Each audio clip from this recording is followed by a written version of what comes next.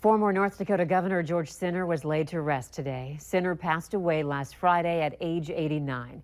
He served as the 29th governor from 1985 to 1992, when North Dakota was going through tough economic times. I had the chance to talk with George on camera about a year and a half ago about an event that underscores the kind of man he was.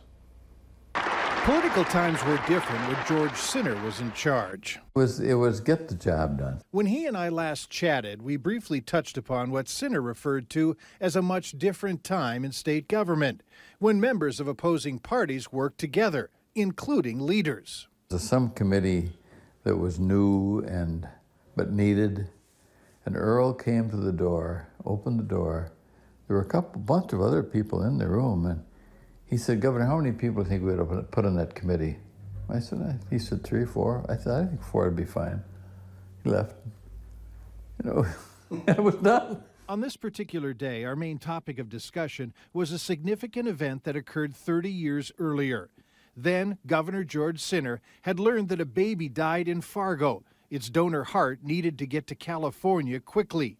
Sinne scrambled a jet from the Air National Guard unit, and the heart was successfully transplanted into an infant there, who continues this day to thank those who saved his life. Many times over, I shouldn't have been here, and I knew that at a very early age.